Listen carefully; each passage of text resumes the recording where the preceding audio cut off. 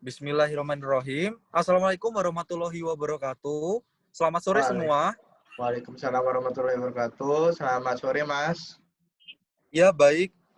Terima kasih ya atas kesediaan untuk waktunya sore ini. Jadi di sini saya Marsius Widi Rahmanta, selaku mahasiswa D4 Keperawatan Anestesiologi Universitas Aisyah Yogyakarta akan melakukan penyuluhan terhadap Bapak Ibu sekalian ya. Baik, untuk di sini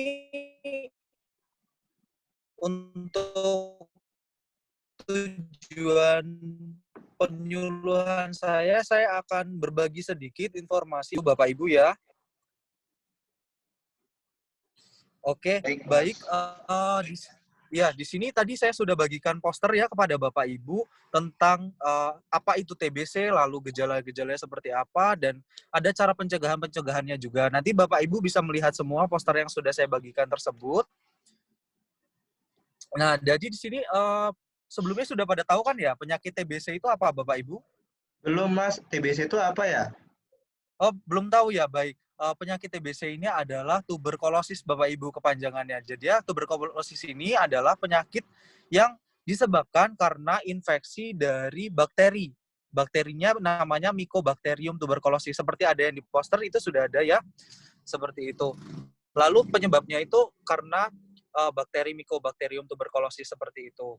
Lalu di sini juga di poster tersebut sudah dijelaskan juga ya Bapak Ibu bahwa gejala-gejala TBC di situ gejala utamanya yaitu batuk berdahak maupun tidak berdahak seperti itu. Lalu selain itu merasakan nyeri dada dan sesak nafas.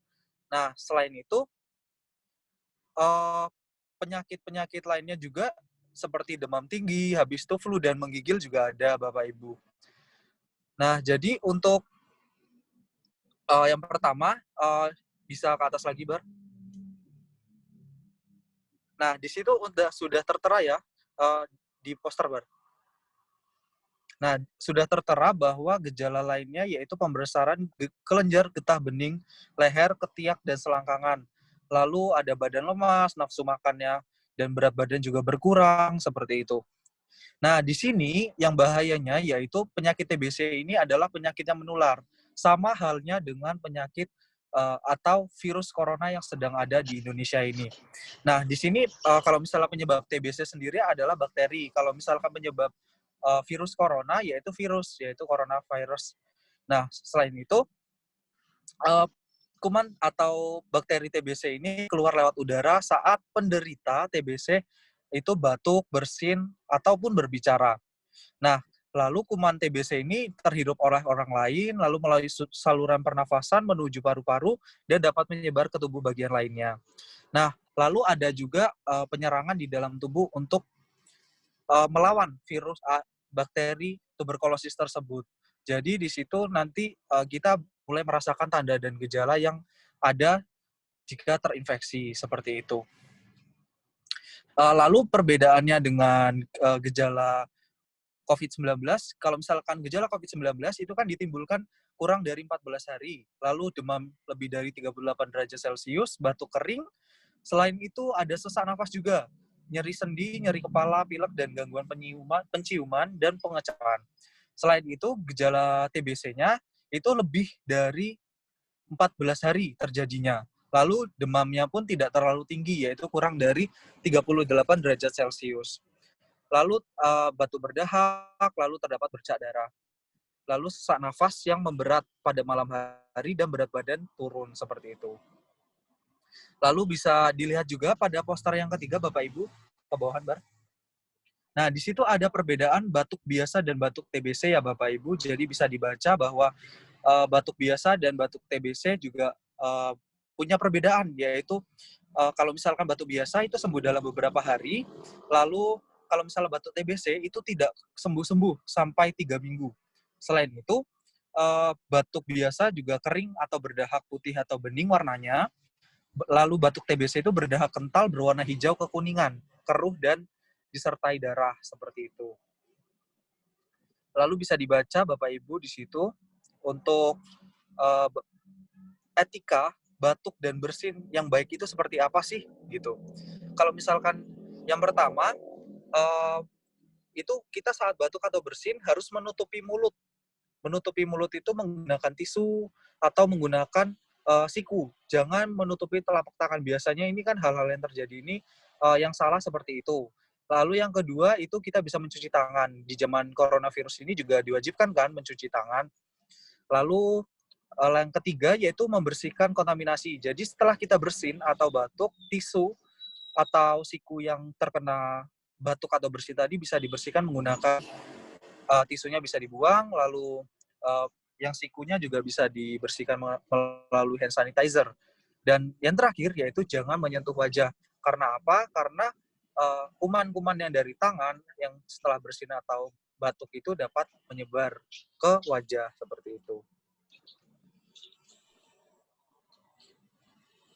Ke bawah, Ber. Nah, ini untuk tanda dan gejala yang sudah saya sampaikan tadi ya Bapak Ibu. Seperti itu.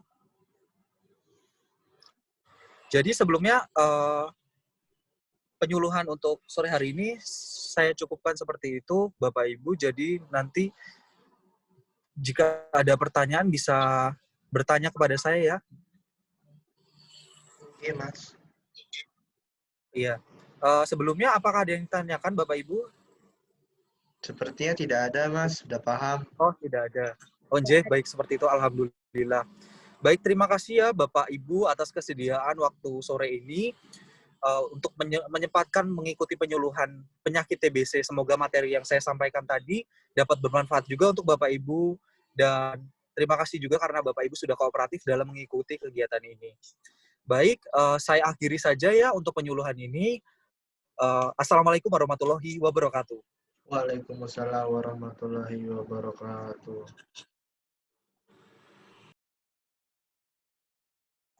Alhamdulillah. Ayo, Akbar. Baiklah, Assalamualaikum warahmatullahi wabarakatuh. Waalaikumsalam warahmatullahi wabarakatuh. Baiklah, perkenalkan nama saya Muhammad Akbar Ramadan Putra. Saya mahasiswa D4 Keperawatan dan Anestesiologi Universitas Aisyah Yogyakarta. Baiklah, di sini saya ingin melakukan penyuluhan langkah-langkah mencegah penyebaran COVID-19 atau coronavirus 2019. Baiklah, sebelumnya apakah Bapak-bapak dan Ibu-ibu tahu terkait dengan COVID-19? Oh, kurang tahu. Itu virus yang ini ya, Mas, yang lagi ada di Indonesia itu ya? Iya, benar, Mas. Nah, di Oh sini iya. saya akan melakukan penyuluhan langkah-langkah untuk cara kita mencegah penyebaran COVID-19 tersebut.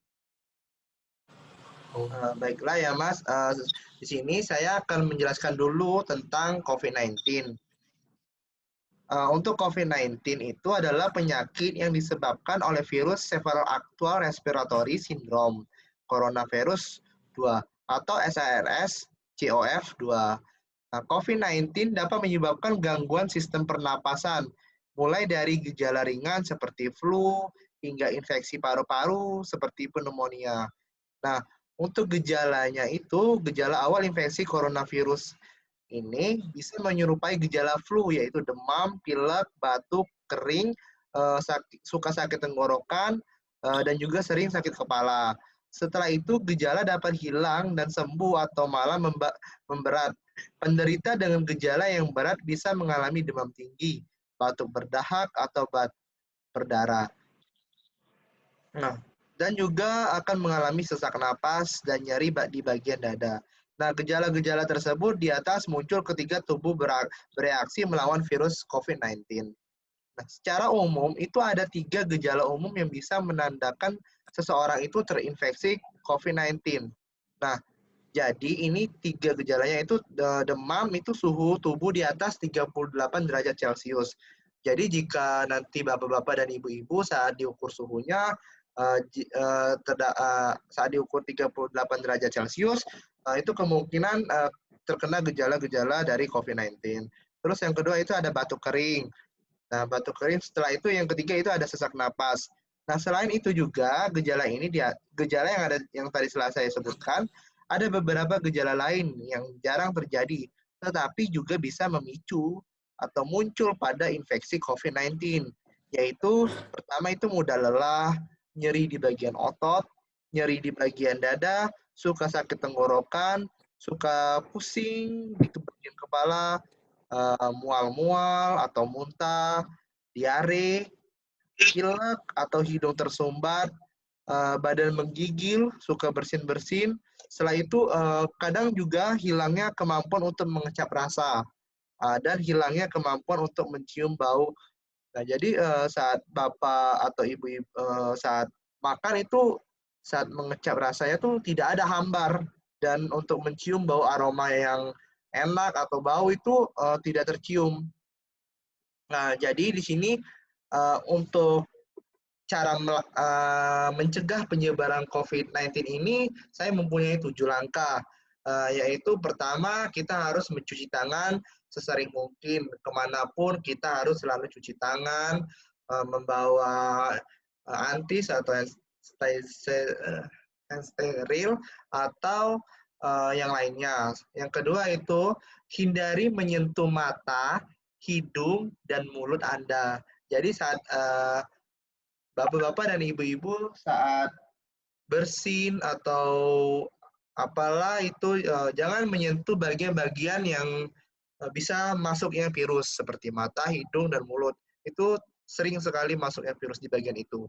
Yang ketiga itu tutup mulut ketika batuk menggunakan siku atau tisu. Jangan menggunakan telapak tangan karena telapak tangan kita belum tentu bersih. Yang keempat itu hindari tempat yang ramai dan kontak dengan siapapun yang mengalami demam atau batuk. Jadi, jika ada saudara atau orang yang lain yang berada di dekat ibu-ibu dan bapak mengalami demam atau batuk, sebaiknya kalian itu menghindar agar tidak terjadi terkena virus corona. Yang kelima itu tetaplah di rumah jika Anda merasa tidak sehat.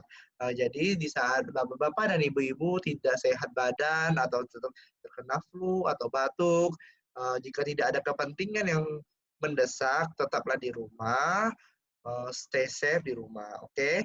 Yang keenam itu jika bapak-bapak dan ibu-ibu menderita demam, batuk, dan sulit bernapas, segeralah minta pertolongan medis. Tetapi teleponlah terlebih dahulu.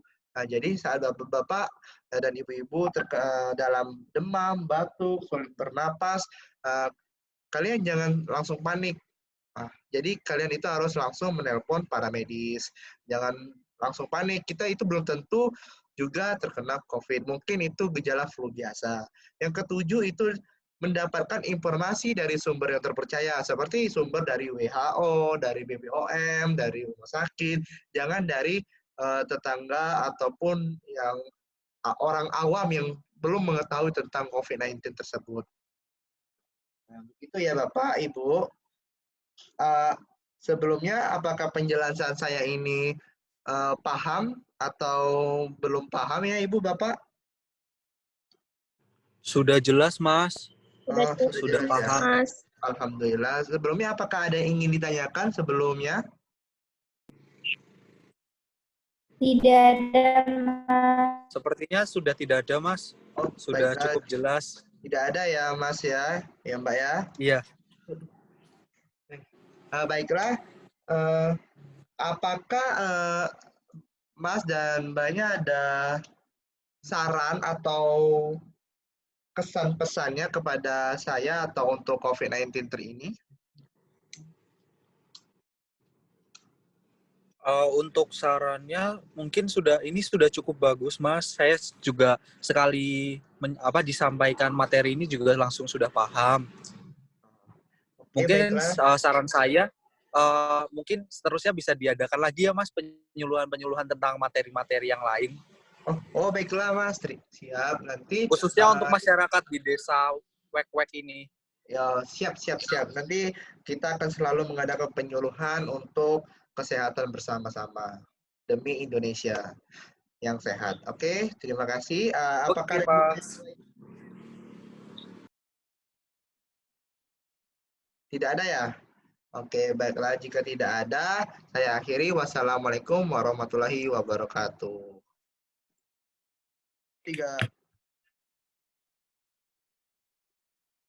Assalamualaikum warahmatullahi wabarakatuh. Perkenalkan, nama saya Anissa, NIM 1911-604023. Baik, di sini saya akan menjelaskan 6 langkah mencuci tangan yang baik dan benar. Nah, tahukah kamu sekitar 98% penyebaran kuman di tubuh bersumber dari tangan kita sendiri? Menjaga kebersihan tangan salah satu upaya terhindar dari penyakit. Manfaat mencuci tangan begitu besar. Cuci tangan pakai sabun dan hand rub hanya membutuhkan waktu 15 detik. Ini sangat berguna untuk membunuh kuman. Tangan merupakan bagian dari anggota tubuh yang sering bersentuhan dengan kotoran. Si tangan juga digunakan untuk memegang dan memasukkan makanan dan minuman ke dalam mulut. Menjaga kebersihan tangan untuk terhindar dari sakit. Salah satu upaya efektif untuk menjaga kebersihan adalah dengan mencuci tangan. Manfaat mencuci tangan ada banyak. Anda bisa mempraktikkan cara mencuci tangan secara teratur dan menjaga orang-orang sekitar untuk melakukannya. Badan Kesehatan Dunia atau WHO juga menyatakan bahwa kedua tangan kita merupakan jalur utama masuknya kuman penyakit ke dalam tubuh. Itu sebabnya saya menjalankan gaya hidup sehat, kebiasaan mencuci tangan dengan sabun akan mengurangi dan mencegah timbulnya penyakit. Dan banyak manfaat mencuci tangan yang sayang kita abaikan. Nah, baik di sini saya akan menjelaskan langkah-langkah yang baik dan benar. Yang pertama yaitu membersihkan kedua telapak tangan setinggi pertengahan lengan, memakai air yang mengalir, dan ambil sabun, kemudian usap dan gosok kedua tangan telapak secara lembut. Yang kedua yaitu usap dan gosok juga kedua punggung tangan secara bergantian. Yang ketiga yaitu jangan lupa jari-jari tangan digosok ke sela-sela jari sehingga bersih. Yang keempat yaitu bersihkan ujung jari secara bergantian dengan mengantukkan. Yang kelima yaitu gosok dan putar kedua ibu jari secara bergantian. Dan terakhir yaitu letakkan ujung jari ke telapak tangan, kemudian gosok perlahan. Bersihkan kedua pergelangan tangan secara bergantian dengan cara memutar. Kemudian diakhiri dengan membilas seluruh bagian tangan dengan air bersih yang mengalir, lalu keringkan memakai handuk atau tisu. Baik, sekian dari saya tentang penyuluhan ini. Apakah ada yang ingin ditanyakan? Sepertinya sudah Tidak. Baik. Terima kasih ya atas perhatiannya. Saya akhiri. Wassalamualaikum warahmatullahi wabarakatuh. Waalaikumsalam warahmatullahi wabarakatuh. Terima kasih ya, Mbak. Iya, Mas. Halo.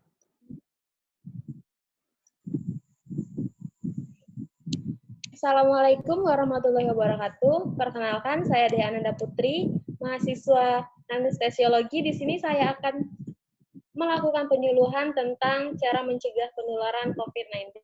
Sebelumnya, di sini saya akan menjelaskan terlebih dahulu tentang pengertian dari virus corona. Baik, corona adalah virus yang menyerang sistem pernapasan.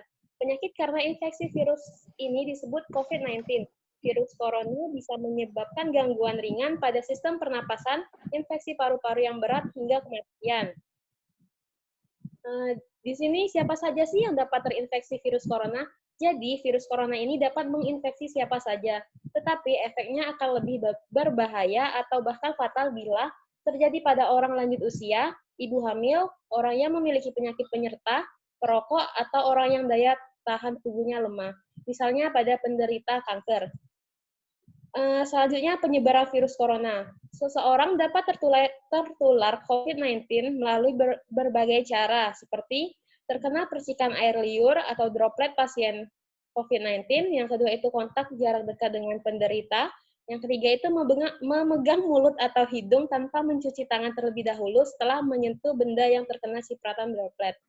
Dan yang terakhir itu kontak dengan hewan. Hal-hal yang harus dilakukan untuk mencegah infeksi virus corona ini, sampai saat ini belum ada vaksin untuk mencegah infeksi virus corona. Oleh sebab itu, kita dapat melakukan hal-hal berikut ini untuk mencegah virus corona, seperti rutin mencuci tangan dengan air dan sabun atau hand sanitizer yang mengandung alkohol di luar rumah atau di tempat umum. Kemudian, gunakan masker saat batuk atau pilek dan juga saat beraktivitas di tempat umum atau keramaian. Kemudian, hati-hati kontak dengan hewan. Hindari mengkonsumsi daging yang tidak dimasak. Tingkatkan daya tahan tubuh dengan pola hidup sehat seperti mengkonsumsi makanan bergizi, berolahraga secara rutin, beristirahat yang cukup, dan mencegah stres. Kemudian, terapkan physical distancing, yaitu menjaga jarak minimal 1 meter dari orang lain, dan jangan dulu keluar rumah kecuali ada keperluan mendesak. Kemudian, hindari kontak dengan penderita COVID-19, dan yang terakhir itu, jagalah kebersihan benda yang sering disentuh dan kebersihan lingkungan termasuk kebersihan rumah. Baik, sebelum saya akhiri, apakah ada yang ingin ditanyakan terlebih dahulu? Sepertinya tidak ada, Mbak. Sepertinya belum ada, Mbak. Sudahlah jelas. Baik, kalau begitu saya akhiri. Terima kasih. Assalamualaikum warahmatullahi wabarakatuh. Waalaikumsalam warahmatullahi wabarakatuh. Terima kasih ya Mbak Dea atas penjelasannya.